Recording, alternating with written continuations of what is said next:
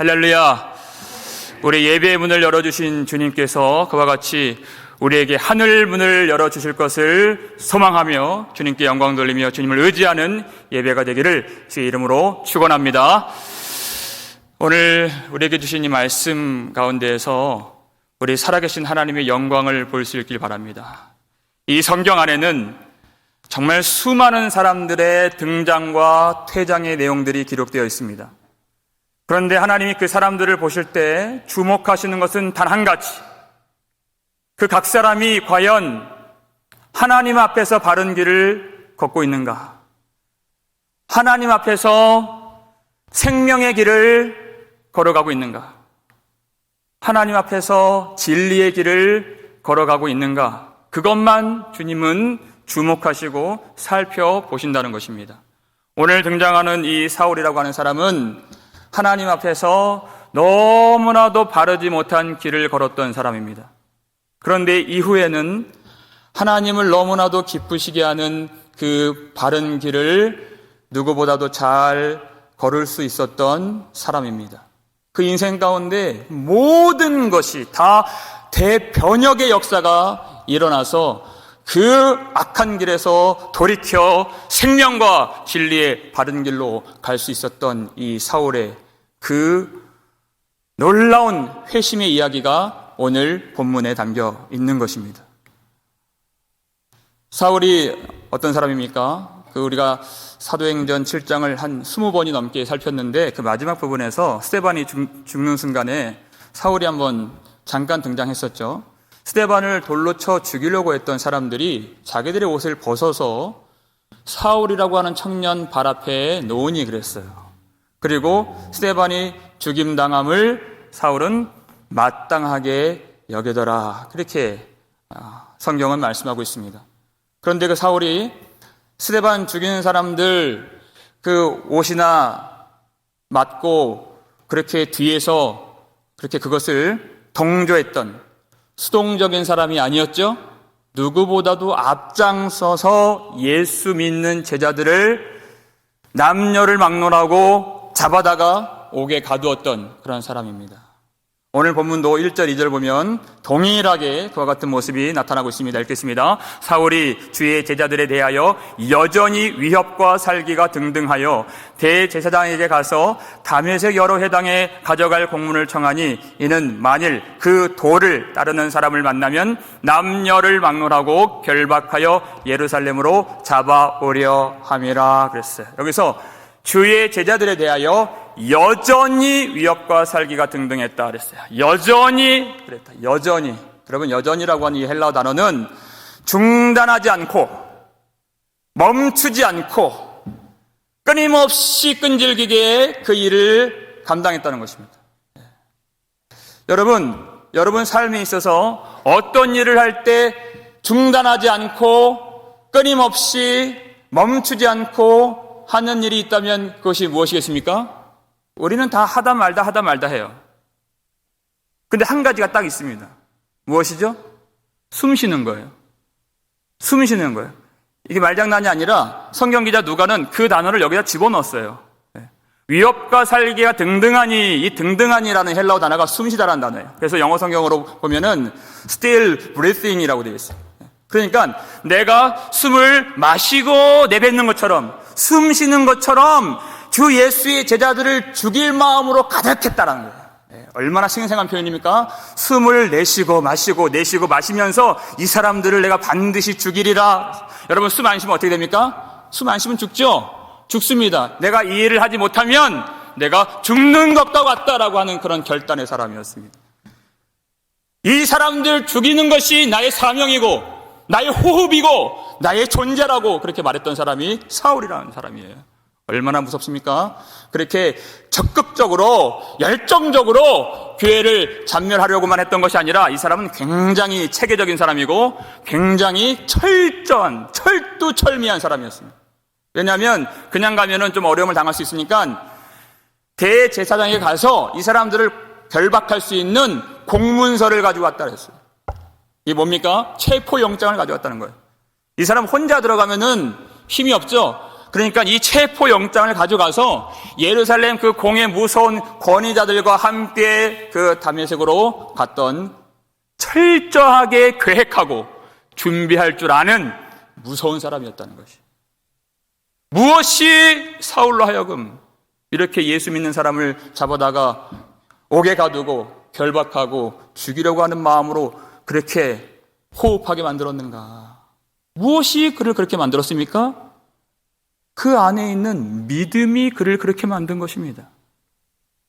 그는 원래 잔인한 사람이 아닙니다. 폭력을 좋아하는 사람이 아니었어요. 그 속에 있는 믿음의 모양이 그런 모양이었어요. 유대교의 하나님을 믿는 그 신앙, 그 사람들을 죽이는 것이 마치 비느하스가 창을 들고 하나님을 반역하고 그 모든 전염병을 일으켰던 사람들을 떼어서 창으로 찔러 죽이는 것처럼 하나님을 기쁘시게 하는 일이라고 생각하면서 그들을 잡아다가 결박하고 위협하고 죽이려고 했던 것입니다. 이 일은 하나님께 영광을 돌리는 일이고 하나님을 기쁘시게 하는 일이고 하나님의 나라를 위한 섬김이라고 그가 생각하는 믿음이 그를 그렇게 만든 것이에요. 믿음이 만든 것입니다. 여러분, 믿음은 그저 생각 속에만 있는 믿음이 아닙니다. 믿음은 우리의 삶의 내용이요, 우리의 길을 만들어주는 것이에요. 믿음은 우리의 길을 제시해 줍니다. 우리는 그 믿음의 길을 걸어가고 있는 것이에요. 그래서 2절 보면 그 도라는 내용이 나오죠. 길이라고 하는 것입니다. 예수 믿는 사람의 그 도를 따르는 사람의 그 믿는 도의 내용이 무엇이었습니까?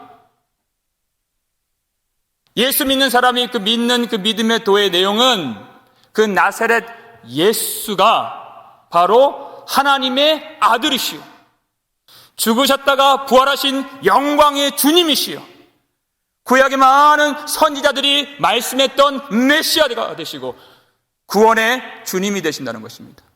그 믿음의 도를 교회 성도들이 붙들고 있었는데 이 사울과 유대인들은 그 믿음의 도를 도무지 인정할 수가 없었던 것입니다. 그것은 하나님을 모독하는 일이고 그것은 하나님이 너무나도 미워하시는 일이라고 하는 그런 믿음의 다른 도가 있었기 때문에 그 믿음으로 그들을 박해하고 그 멀리 예루살렘으로부터 240, 50km 떨어진 그곳까지 그가 누가 시켜서 간 것이 아니라 자청하면서 공문을 가져다가 그가 그 길을 떠나고 있는 것입니다. 그 길 가운데에서 3절에도 길이라는 단어가 나오죠. 그 길 가운데에서 그 인생에서 가장 중요한 일을 만나는, 그 인생만 아니라 그 이후로 세워진 2000년간 세워진 모든 교회에 속한 모든 성도들에게도 연관이 되는, 우리에게도 깊이 연루가 되는 그의 놀라운 그 일을 그 길 가운데서 다메섹 도상에서 그가 경험하게 되는 것입니다. 그가 무엇을 보게 됩니까? 호련히 하늘로부터 큰 빛이 그를 둘러 비치는지라. 3절입니다. 우리 함께 읽겠습니다. 사울이 길을 가다가 다메섹에 가까이 이르더니 호련히 하늘로부터 빛이 그를 둘러 비추는지라. 아멘. 호련이라고 하는 이 말은 도무지 생각하지도 못한 때 갑작스럽게 그 빛이 임하게 되었다는 것이에요.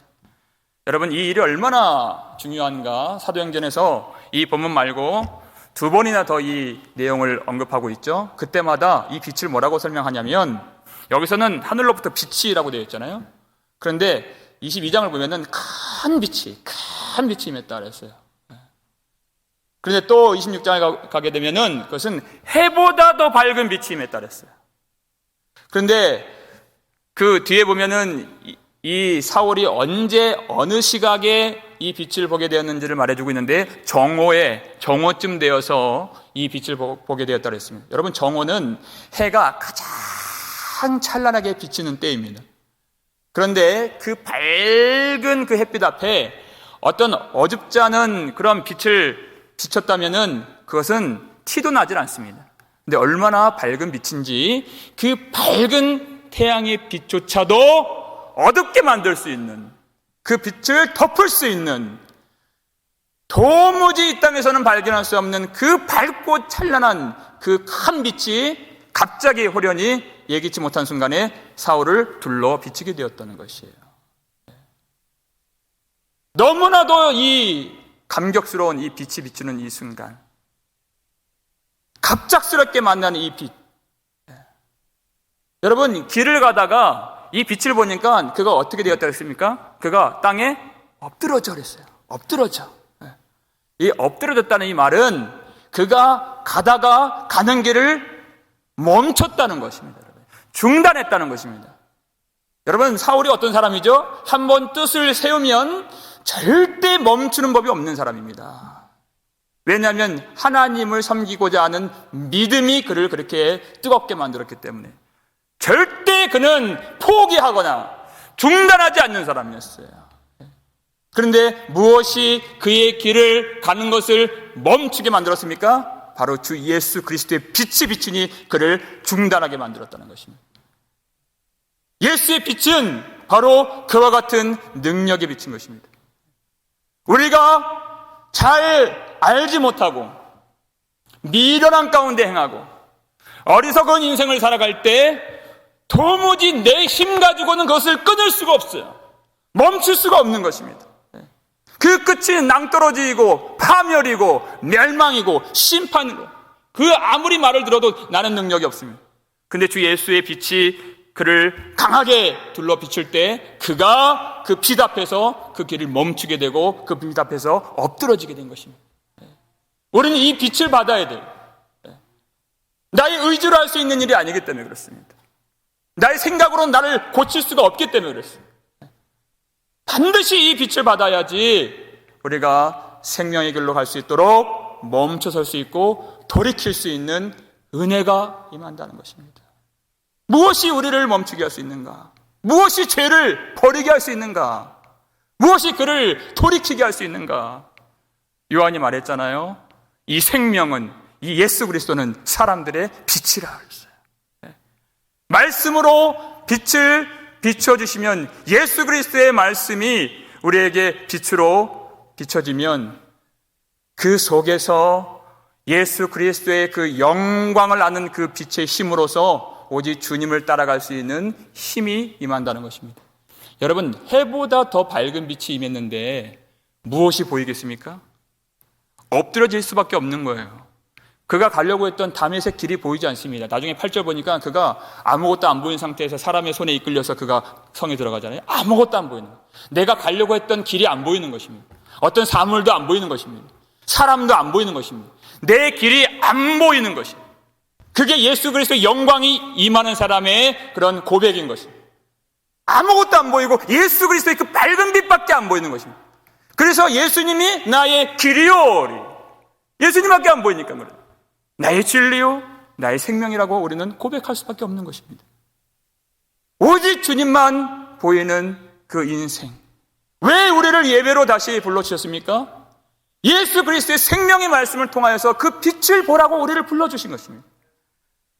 어떤 다른 생각, 다른 길, 다른 사물, 다른 어떤 세상의 그 영광 보지 말고 오직 예수 그리스도의 빛 앞에서 엎드려지고 주님을 경배하고 주님을 예배하고 주님을 바라볼 수 있도록 말씀을 주시는 이 예배 가운데에서 예수 그리스도의 밝은 영광을 보실 수 있는 이 예배가 되기를 주의 이름으로 축원합니다. 우리가 이 빛을 받아야지만이 우리가 빛을 전할 수가 있는 것이에요. 성경은 성도들을 빛의 사자들이라 이렇게 얘기하고 있습니다. 어둠에 속하여 있는 사람들, 그래서 어둠에 눌려있고 매여있는 흑암의 백성들에게 이 빛을 우리가 전달해야지만이, 말씀을 전하고 복음을 전한다는 것은 말씀이신 그리스도의 빛을 전하는 것입니다. 빛의 사자들의 그 사명이에요. 이 빛을 전해야지 그들이 빛의 나라로 들어갈 수 있고 곧 하나님의 아들의 나라로 그들이 들어갈 수 있는 구원을 받게 되는 것입니다. 우리가 이 빛을 전하기 위해서는 반드시 빛을 경험하고 빛을 볼 수 있어야 합니다. 그리고 빛 가운데에서 울리는 그 음성을 우리도 들을 수 있어야 하는 것입니다. 어떤 음성이 나왔습니까? 4절 보니까요, 사울아 사울아 내가 어찌하여 나를 박해하느냐. 이 말씀, 사울아 사울아 어찌하여 내가 나를 박해하느냐. 여러분, 성경에서 아주 하나님께서 중요한 어떤 일을 말씀하실 때 그 이름을 2번 부르요.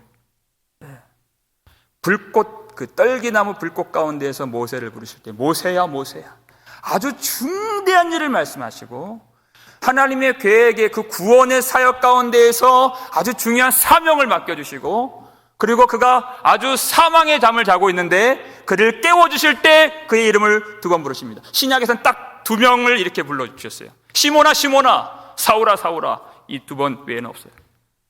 아주 중요한 순간, 그리고 긴박한 순간에 중요한 것을 깨닫게 해주실 때 하나님이 이름을 이렇게 부르십니다. 그 중요한 내용이 무엇입니까? 내가 어찌하여 나를 박해하느냐. 사울은요, 바리새인이었기 때문에 너무나도 구약의 율법에 대해서 잘 알고 있는 사람입니다.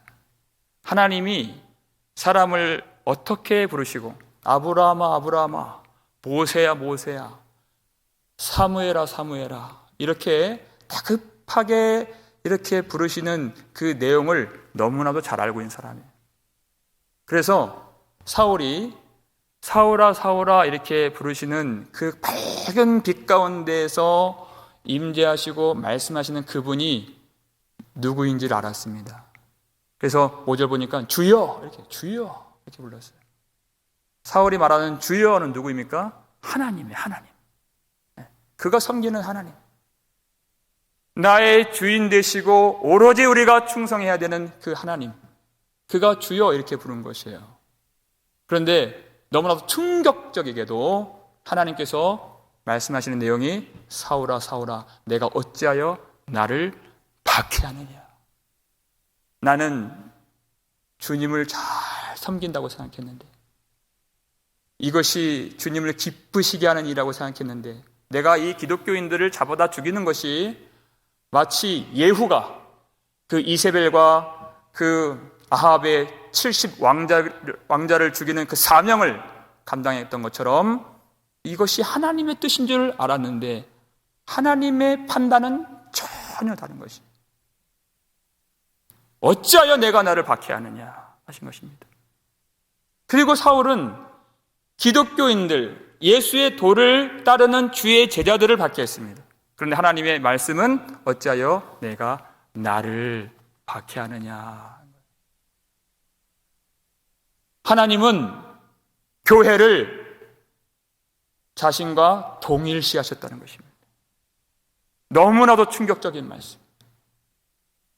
자기보다 하나님을 잘 알고 잘 섬기는, 충성하는 그런 신자는 없다고 생각했는데 자신이 하나님을 찌르고 있었고 박해하고 있었다는 것을 이제서야 빛 가운데에서 음성을 듣고 깨닫게 된 것입니다. 그게 너무나도 충격적이었어요. 그래서 갈라디아서 1장 13절을 보시면 그가 나중에도 이렇게 얘기를 합니다. 이렇게 했습니다. 내가 이전에 유대교에 있을 때 행한 일을 너희가 들었거니와 하나님의 교회를 심히 박해하여 멸하고 그랬어요. 여러분, 우리는 신약의 성도들이니까 이 말이 별로 감동이 없어요. 근데 바울이 이 말을 했을 때는 우리하고 전혀 다른 그런 경지에서 이것을 말하는 것입니다.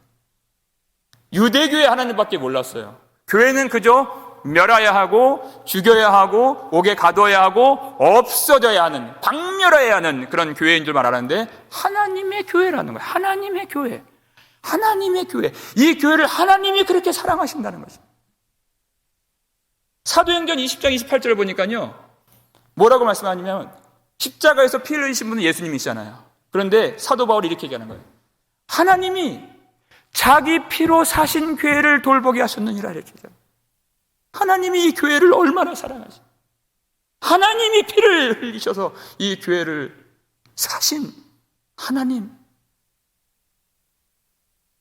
유대교에 심취했던 이 사울이 그 하나님의 교회라는 이것을 깨닫기까지 얼마나 큰 빛을 받았고 얼마나 자신이 깨뜨려졌으면 자신의 있는 것들이 다 무너지게 된 거예요. 자신이 이제까지 가졌던 모든 신학의 체계들, 모든 그 율법의 질서들, 모든 자신의 생각들, 자신의 목적과 방향과 길이 다 무너지게 된 것입니다. 이 교회가 하나님의 교회였구나. 없어져야 할 교회가 아니라 하나님이 자기 피로 세우신, 사신 이 생명의 교회였구나. 그것을 알게 된 것입니다. 얼마나 충격적입니까? 그리고 얼마나 두렵습니까? 그가 스데반을 돌로 치는데 가담하고 찬성 투표를 붙이고, 그리고 그 남녀를 잡아다가 그렇게 자비 없이 옥에 가뒀던 그것이 하나님을 찌르내는 일이었고, 하나님을 옥에 가두는 일이었고, 하나님을 향해 돌을 던지는 일이었고, 하나님을 박해하는 일이었고, 하나님을 욕하는 일이었고, 하나님을 괴롭히는 일이었다는 거예요.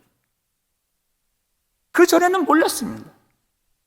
잘하는 줄 알았어요. 나보다 더 신실한 사람은 없다고 그가 생각했습니다. 우리의 문제는 바로 이것입니다. 주님의 빛이 비치지 않으면 내가 잘하는 줄 아는 그런 습성을 가진 사람들입니다. 예배 잘 나오고 꼬박꼬박 기도하고 그렇게 살면 별로 문제가 없는 것처럼 나는 나 스스로를 그렇게 생각하는 그런 우리입니다. 오늘도 새벽에 라오디게아 그 문제를 주님이 말씀해 주셨잖아요. 다른 것이 문제가 아니었어요. 그 자신들이 어떠한 상태인지를 볼 수가 없는 그것이 그들의 문제였습니다. 하나님이 보시는 그 내용과 자신이 스스로 생각하는 그 내용이 너무나도 판이하게 다른 요한계시록 3장 17절 말씀이었죠. 읽겠습니다.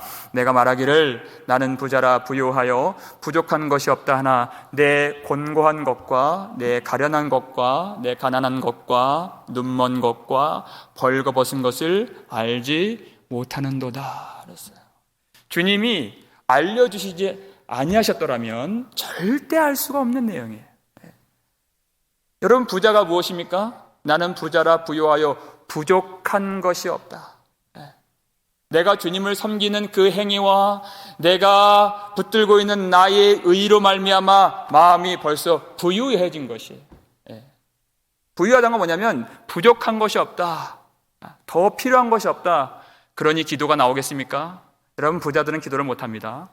내가 다 가졌다, 필요한 것이 없다, 그러니까 기도가 안 나오는 거예요. 기도를 해도 얼마나 시간이 안 가는지요. 그 마음에서 깊은 그 기도, 정말 내 영혼에서 정말 주님이 필요하십니다. 내 모든 삶의 존재와 나의 모든 생명과 호흡이 바로 주님 되시면 이 기도가 안 나오는 거예요. 얼마나 기도가 그렇게 연약하고 거미줄같이 희미하게 나오는지 몰라요. 부자기 때문에 기도가 안 나오는 거예요. 부족한 것이 없다고 생각하니까 이 기도가 안 나오는 거예요. 주님이 빛으로 임해주시지 않으면 우리가 얼마나 곤고하고 가련하고 눈 멀고 헐거벗은 정말 불쌍하고 소망이 없는 사람들인가를 우리는 알 길이 없는 것입니다. 주님이 빛을 비춰주셔야 돼요. 주님이 가르쳐주셔야 우리가 알 수 있습니다. 얼마나 우리가 정말 주님이 필요한 존재들인가, 하루하루 주님을 의지해야 하는 존재들인가, 얼마나 주님을 바라봐야 할 존재들인가, 그것을 우리는 스스로 알 길이 없습니다. 주님이 빛을 비춰주시고 주님이 우리 가운데 임재해 주시고 주님의 말씀을 깨닫게 해주셔야 알 수 있는 거예요. 여러분, 이 사도 바울의 이 사건 가운데에서 어떤 심각한 일이 벌어진다는 것은 다른 사람들도 알고 있었어요. 다 봤어요. 그 소리는 들었으나 그런데 아무것도 보지 못했다 그랬어요. 뭔가 어떤 현상이 일어나고 뭔가 지금 어떤 비범한 일상에서 일어날 수 없는 어떤 신비로운, 거기까지는 사람들이 알 수 있어요. 그런데 하나님의 그 참 뜻을 아는 자는 하나님이 택한 사람밖에 알 수가 없다는 것입니다. 주님의 사람들, 주님이 부르신 사람들, 그의 행함과 상관없이 주님이 선택하신 사람들에게 이 빛을 비춰주신다는 것이에요. 사도 바울이 얼마나 하나님을 잘 안다고 생각한 사람입니까? 이 빛을 받으니까요, 그가 자신에 대해서 전혀 몰랐던 것, 전혀 하나님을 잘 섬기지 못하고 마치 스데반이 그 설교 말미에서 얘기했던 것처럼 그 하나님을 잘 섬긴다고 자부했던 사람들에게 목이 곧고 마음과 귀에 할례를 받지 못한 사람들아, 너희도 너희 조상과 같이 항상 성령을 거스르는도다. 항상 자기의 상태를 잘 알지 못했던 이 사울이 빛을 받고 보니까 하나님을 정말 알지 못하면 안 된다는 그 생각이 번뜩 든 것이에요. 이제까지 하나님 잘 안다고 생각했는데, 그래서 참 아주 이상한 질문을 합니다. 5절 보니까 주여 누구시니까? 주여 누구시니까? 여러분, 정말 곱씹으면 곱씹을수록 정말 신비로운 질문이에요. 주님을 알기 때문에 주여 그러는 거예요. 큐리오스, 주여. 난 주님을 압니다, 주여. 그런데 빛을 받으니까 주님을 몰라요. 누구시니까? 이 사람은 아주 율법에 철저한 유대 사람들에게서 가장 존경받는 율법교사 가말리엘에서 가말리엘 문화생이고 그 밑에서 수학한 율법교사였습니다. 하나님 말씀을 잘 알고 있는 사람이죠. 누구보다 하나님을 잘 안다고 자부할 수 있는 그런 사람인데, 근데 주여 누구시니까? 빛을 받아보니 내가 아는 하나님이 아니었습니다. 전혀 내가 주님을 알지 못했습니다. 누구십니까, 주님? 이렇게 물어보니까 주님이 이렇게 말씀을 하십니다. 5절 말씀 읽겠습니다. 대답하되 주여 누구시니까? 이르시되 나는 내가 박해하는 예수라. 더 충격적인 이 말씀을 주시는 것이죠. 내가 이렇게 충성을 다했던 하나님, 나의 생명같이 여겼던 하나님이 바로 내가 그렇게 미워하고 멸시했던 예수, 바로 그 나사렛 예수가 바로 하나님이시다 하는 것을 그가 주님의 음성으로 직접 듣게 되는 것이, 나사렛 예수, 하나님의 저주를 받아서 죽었다고 생각하는 그 예수. 그런데 내 앞에서 똑똑히 빛을 비춰주시고 똑똑히 말씀해 주시는 이 예수님이 살아계신다는 것을 사울이 경험하게 된 것입니다. 살아계신다는 것은 하나님의 저주를 받지 않으시고 죄가 없으신 하나님의 아들이시요 곧 하나님 되시고 하나님의 거룩한 분이 되신다는 사실을 입증하는 것이기 때문에 너무나도 충격적인 사실. 자기가 잡아다가 죽인 이 스데반, 참 들을 가치도 없는 그 말씀을 전하고 다니고 도무지 인정할 수 없는 하나님의 주신 그 말씀 율법과 성전을 완전히 그렇게 매도하는 듯, 그리고 그 나세렛 그 청년을 하나님의 아들로 섬기는 말도 안 되는 그 도를 전파하는 이 스데반이 죽었을 때 그는 그렇게 생각했어요. 그런데 자신이 틀렸고 그 스데반이 옳았구나, 내가 결박했던 그 사람들, 그 남녀들이 옳았고 내가 틀렸구나 하는 것을 그가 알게 된 것이죠. 그래서 비밀을 풀어줬어요. 왜 그들이 그렇게 돌에 맞아 죽는 그 순간에서도 어떻게 그렇게 천사의 얼굴로서 주 예수여 내 영혼을 받으시옵소서 그렇게 고백할 수 있었는가? 왜냐하면 예수님이 살아계시기 때문에 그렇게 고백할 수 있는 거예요. 예수님이 살아계신 예수님이 교회와 성도들과 지금 함께 하신다는 것을 그들이 보았기 때문에 그 고백이 나왔다는 것을 그가 알게 된 거죠. 아, 예수가 살아계시는구나. 그래서 예수를, 그 성도들을 옥에 가두고 그들을 돌로 치고 그들을 박해하는 것이 살아계신 예수님이 그들과 함께 하시는데, 그렇기 때문에 그 교회를 박해하는 것은 예수님을 박해하고 예수님을 괴롭히는 일이라고 하는 것을 비로소 이제야 이 사울이 깨닫게 된 것입니다. 어떻게 그 마음속에서 힘이 일어나서 그 환난 가운데에서 예수님을 바라보며 그 열린 하늘문으로 하나님의 보좌를 바라보며 담대하게 천사의 얼굴로 그렇게 그들이 예수 그리스도의 이름을 부르짖으며 죽을 수 있었는가? 예수님이 살아계시고 그들과 함께 하신다는 그 믿음과 그들의 열린 눈으로 주님을 보는 그 영광의 빛 아래 있었기 때문에 이것이 가능했다 하는 것을 이제야 알게 된 것이에요. 그래서 사도 바울이 나중에 그 서신을 보면은 이 교회와 예수님이 얼마나 그 연합한 한 몸인지를 어느 성경에서도 잘 가르쳐주고 있죠. 하나님과 예수님이 하나이신 것처럼 성도와 예수가 신령한 은혜 가운데에서 성령으로 하나인 것을 그가 어디에서나 가르치는 거예요. 교회를 사랑하는 것이 예수를 사랑하는 것이요, 교회를 섬기는 것이 예수를 섬기는 것이요, 교회를 비방하고 교회를 미워하는 것이 예수를 비방하는 것이다 하는 것을 그가 너무나도 잘 알고 있는 것입니다. 그것을 알면 얼마나 그가 두려워했겠습니까?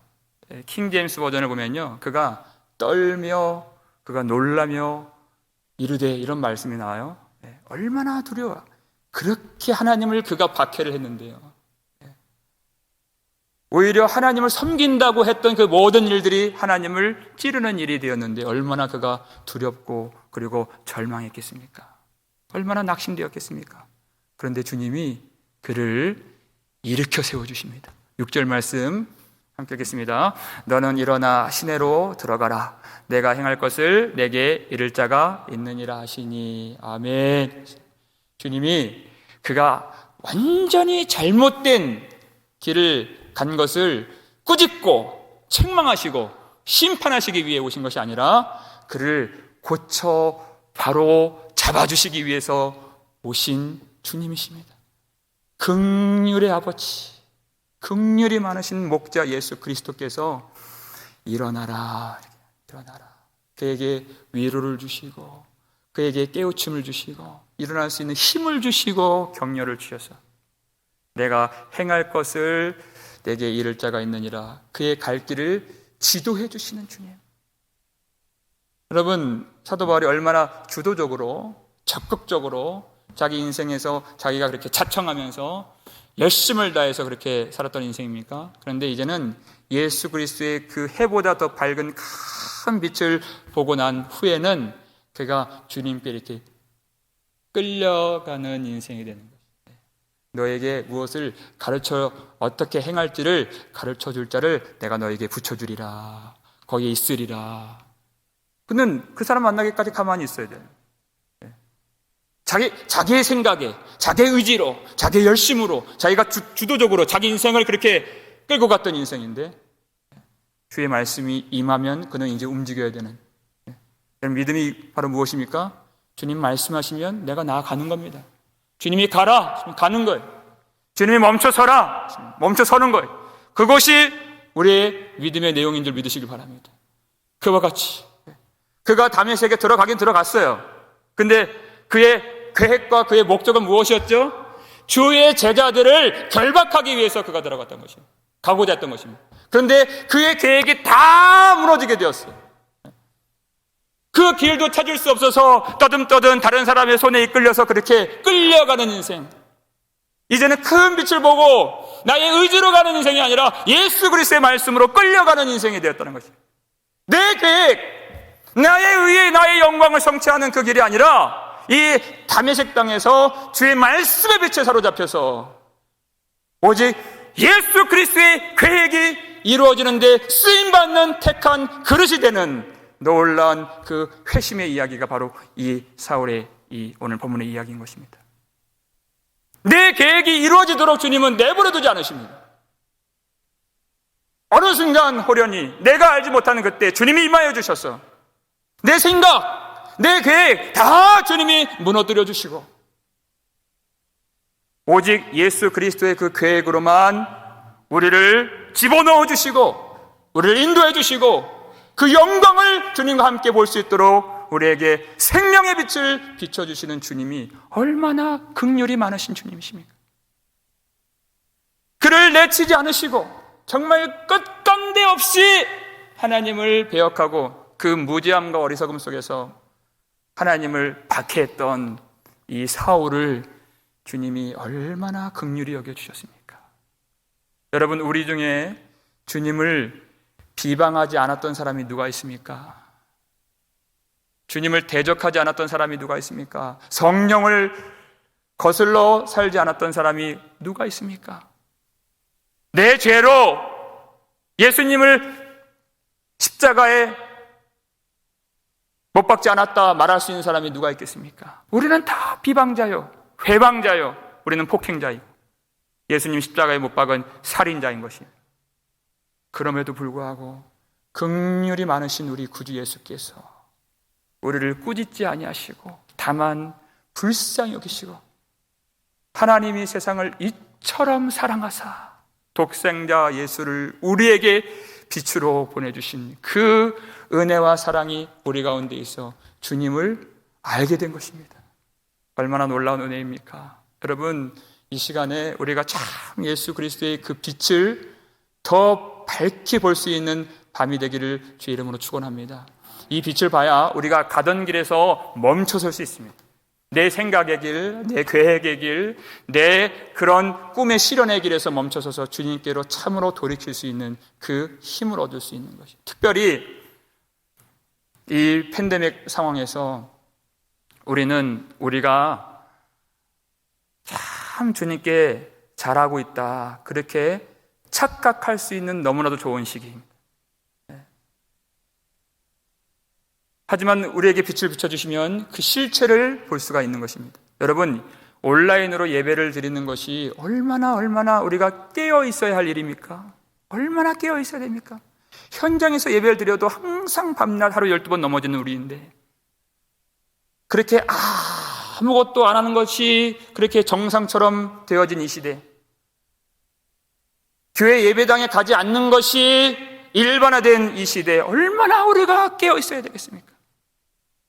그러면서도 우리가 참 게을러지기 쉽고 나태해지기 쉬운 이때, 그러면서도 나는 참 하나님을 잘 알고 있고 잘 섬기고 있고 잘하고 있다고 착각하기 좋은 이때 우리에게 정말 하나님이 그 호련히 예수 그리스도의 빛을 비춰주시기를 소원합니다. 그 빛이 있어야 우리가 정신을 차리고 주님께 나아갈 수 있습니다. 얼마나 우리가 주님을 찌르면서 주의 말씀을 우리가 모독하면서 주의 은혜를 그렇게 무가치하게 여기면서 살아왔던 나 자신인가를 알 수가 있는 것이에요. 네. 제가 요사이 참 잠깐 스트레스를 받는 일이 있었는데요. 운전면허를 갱신하라고 나왔는데 제가 너무 분주해서 그 날짜를 거의 이제 임박했어요. 그게 좀 스트레스가 되더라고요. 그거 가지고 이거 빨리빨리 일을 처리해야 되는데 하면서 얼마나 제가 하나님의 말씀과 하나님의 규칙에는 그렇게 물러 터진 내가 이 세상의 규칙, 지금 이 코로나 바이러스의 이 위험과 경계와 소리들, 거기에는 민감한 사람이에요. 정말 내 살이 떨리고 내 땀이 나고 몸이 긴장이 되고 그것 때문에 스트레스를 받는 사람인가를 알게 되었어요. 하나님이 이렇게 말씀해 주시고 이 말씀을 전함에도 불구하고 이 말씀이 나에게 그런 그 경계석과 같은 이 생명의 말씀 같은 목숨 걸고 지켜야 된다는 그 말씀, 말은 하지만 우리는 이 말씀에 전율하지 않습니다. 긴장하지 않습니다. 스트레스를 받지 않습니다. 경찰이 와서 딱지를 끊고 법으로 제재를 하고 벌금을 내고 어떤 규제가 들어오고 이거는 불법이다 하는 그 일에는 우리가 너무나도 스트레스를 받아요. 그 법을 생명처럼 여긴다는 것입니다. 하지만 성령께서 주시는 이 말씀을 얼마나 물러터진 마음으로 받게 되는가. 다 안다고 생각하고 다 지키고 있다 생각하고 항상 성령을 거스르면서도 그 실체 자체를 깨닫지 못하는 그 무지함 가운데 나 자신이 있었다는 것을 주님이 알게 해주셨습니다. 그래서 우리는 빛이 필요한 것입니다. 내가 생각하는 나의 모습이 아니라 그 생명의 빛으로 우리를 알게 해주셔서 얼마나 주님이 긍휼이 많으신 분이신가. 여러분, 그 빛을 받으면 나의 생각이 다 무너지게 됩니다. 나의 모든 가치관과 나의 계획들이 다 무너지게 되는 것이에요. 그가 아무것도 보이지 않았다 그랬습니다. 그리고 사흘 동안 먹지도 않고 마시지도 않았다 그랬습니다. 마치 사흘 동안 예수님이 무덤에서 예수님이 죽으셨다가 다시 사흘 후에 부활하신 것처럼 그의 존재가 죽었다는 것입니다. 그의 옛사람이 옛 자아와 옛적 그 습성들과 옛적 그 어둠의 일들과 예전 모든 사상과 철학과 가치관들이 다 멸하여지고 다 무너지게 되는 그런 일을 빛 가운데서 경험하게 되는 것입니다. 여러분, 우리가 어떤 큰 트럭에 길을 가다가 충돌했다고 생각해 보십시오. 그리고 어떻게 우리의 길을 걸어갈 수 있겠습니까? 정상적으로 우리는 우리의 길을 걸어갈 수가 없습니다. 하물며 만왕의 왕 만주의 주 되시는 창조의 근본이신 예수 그리스도의 그 빛을 충돌하고 주님을 만나는 그 믿음을 가졌는데 어떻게 나의 길을 걸으며 나의 사상을 붙잡고 나의 계획을 이루려고 애를 쓰며 어떻게 나의 그 생각과 나의 철학을 그렇게 고수하고 붙들 수 있겠습니까? 그것은 주님의 빛을 보지 않은 사람의 모습인 것입니다. 주님을 참으로 만나면 우리는 내 길을 걸어갈 수가 없어요. 나의 모든 것들이 다 무너져 내리는 그 영광의 빛 가운데서 주님만 보게 되는 그 은혜의 역사가 오늘 이 밤에 기도하는 가운데 그 큰 빛을 보는 우리가 되기를 주의 이름으로 축원합니다. 내가 아무것도 보이지 않을 정도로 어떤 세상의 그 두려운 일들과 세상의 그 모든 근심거리와 그런 영광이 아무것도 보이지 않을 정도로 예수 그리스도의 빛에만 사로잡혀서 오직 주님을 따라가며 주님을 예배하며 예수 그리스도를 참 진리의 말씀 안에서 섬길 때에 하나님이 영광 받으시고 오늘 예수님의 그 사랑의 빛, 생명의 빛, 구원의 빛으로 임하여 주시는 그 영광을 보면서 주님을 찬양하는 저와 여러분 되시기를 주의 이름으로 축원합니다.